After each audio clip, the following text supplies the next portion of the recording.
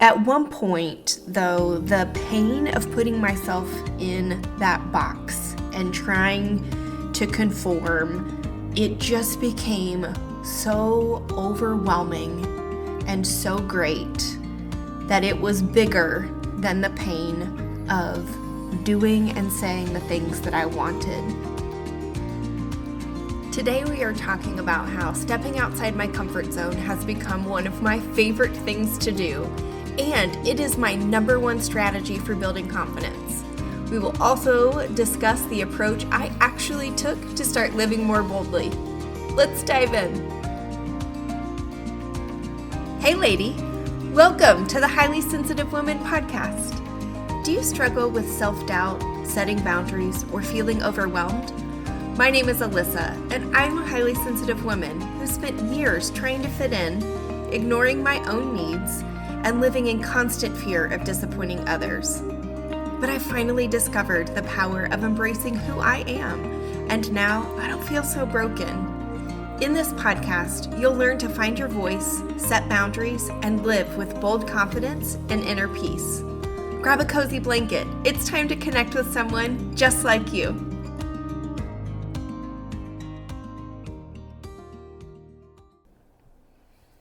When I was a child, I was pretty fearless and independent. I loved trying new things. Recently, I was having a conversation with my aunt who stumbled across a picture of me from when I was probably 3 or 4 years old, and I was on the high dive, and we were just reminiscing about how fearless I used to be before I became aware of outside influences and started trying to conform to society's expectations for how I should be. I didn't know it for a really long time that there are other highly sensitive people in the world and that they make up about 20% of the population. As I was growing up, I really struggled to fit in. And I was listening to all of those external voices and believing what they were telling me. And I was trying to conform to essentially that 80%, right? And that led to so much self-doubt and anxiety and believing that I was just broken. And so years of trying to change how I am wired, I ended up depressed, and I was just kind of a shell of a person. I most certainly was not myself anymore. And I became fearful of doing pretty much everything. I rarely left the house. When I did, most of the time I did not go alone.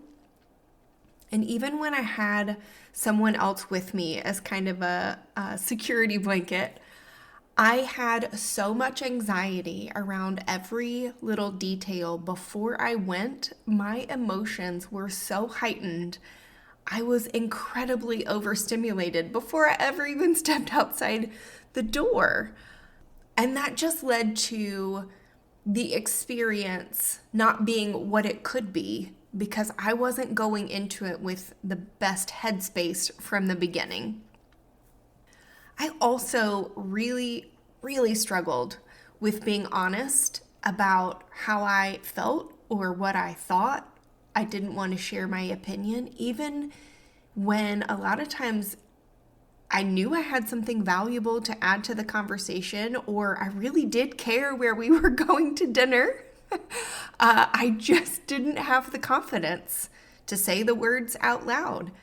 And on the rare occasion when I did express how I was feeling about something, I tried so hard to get my words perfect and choose them so carefully so that there's no way that I could offend the other person. There's no way they could twist what I was saying. And I just so desperately wanted to be heard and understood.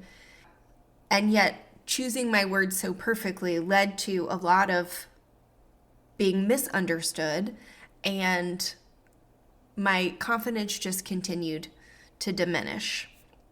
At one point, though, the pain of putting myself in that box and trying to conform, it just became so overwhelming and so great that it was bigger than the pain of doing and saying the things that I wanted. And it was in that moment when I started stepping outside my comfort zone. And over the last, I would say 8 to 10 years, that process of doing something new that is outside my comfort zone or saying something that is outside my comfort zone, it has become my favorite thing to do because every time I do it, I get a little more confident, I accept myself a little bit more, and I get just a little bit closer to living the life that I want to be living. So today I wanted to talk about the steps that I actually took when I began this process. So I always started with something pretty small. One was just going to the grocery store. It is not my favorite thing to do, even to this day, honestly, but I don't really give it a second thought anymore.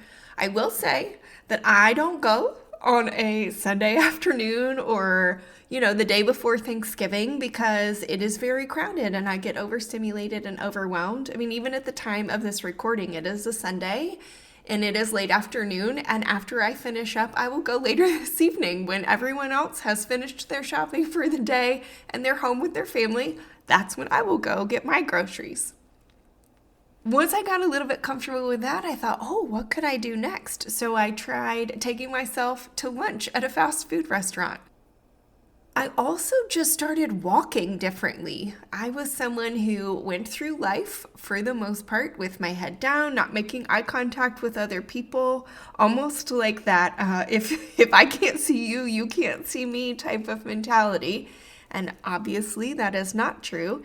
So it was an interesting experience when I started walking with my head up and making eye contact and smiling at strangers and sometimes even saying hello to them.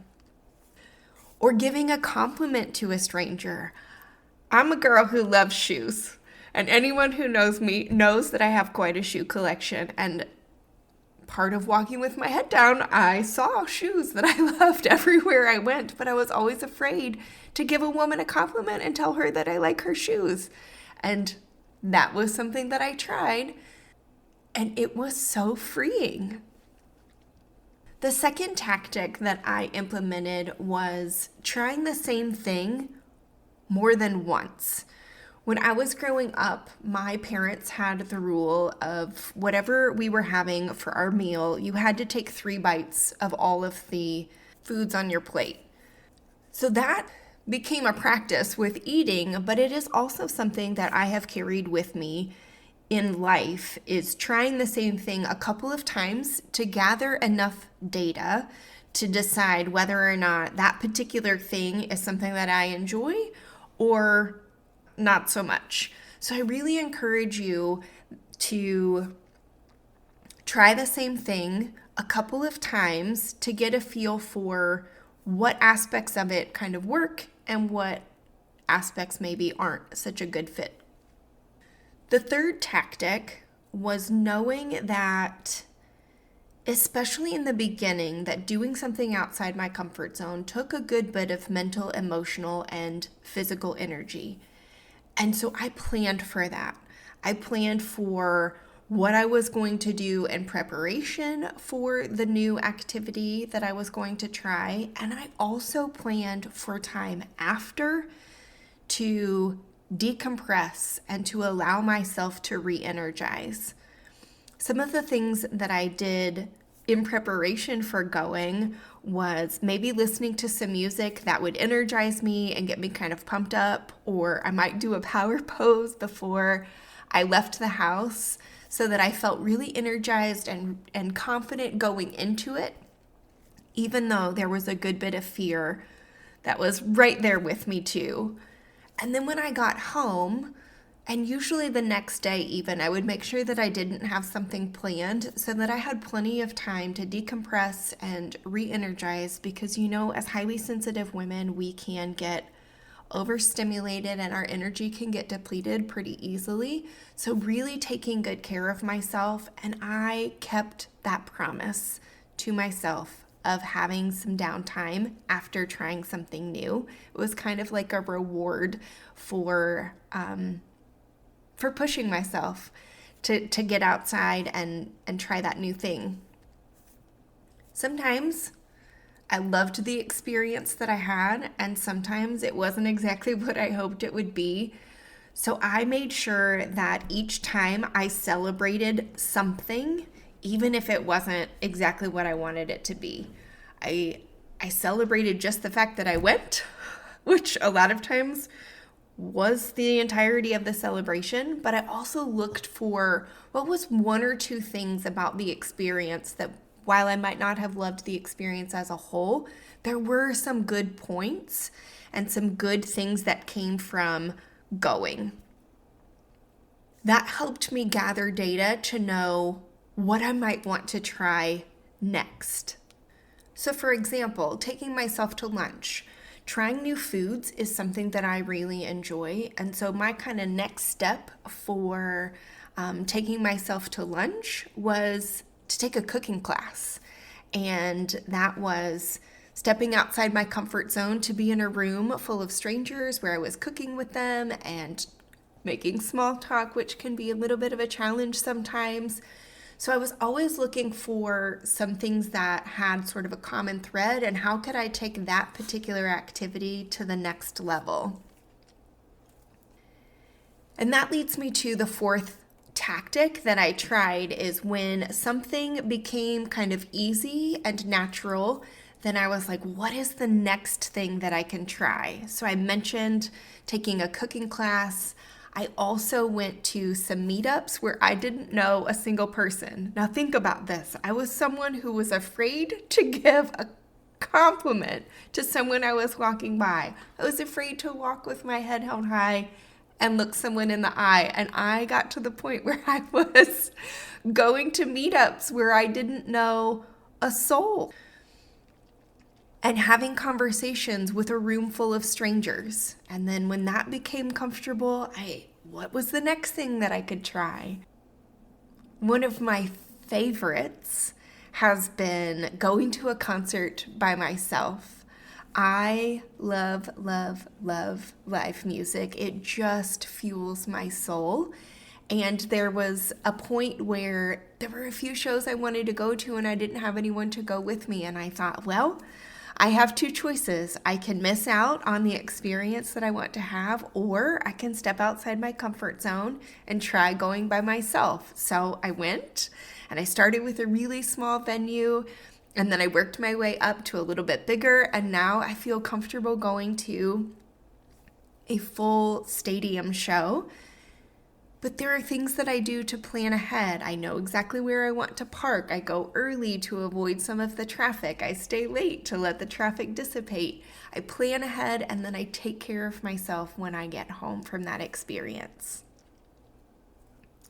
One of the last things that came for me with stepping outside my comfort zone, it took some time after I was building up confidence doing these other things, was to start being able to have more confidence in my relationships with other people. And I began to ask for what I wanted. And I started with, again, something small, like where would I like to go for dinner? And when someone asked, I actually gave my opinion. And when I was like, oh, I did that and I didn't die. Then I thought, what would it be like to tell someone how I really felt about something? Or if they said something that hurt my feelings. And again, baby steps. But with each new thing that I tried, and with each new thing that you try, you will build a little bit more confidence simply by doing whatever the thing is. And then you start to see what you are capable of. You start asking yourself, what could I do next? And before you know it, the things that you used to say, there is no way that I could do that, or wow, that's so cool that she over there has done that thing, but no way I could ever be like her. You start actually doing those things that you thought you could never do, and now they're just part of your everyday life, and you don't give it a second thought. And before you know it, You are living the life that you imagined that you could be, and one that feels really good and authentic to you.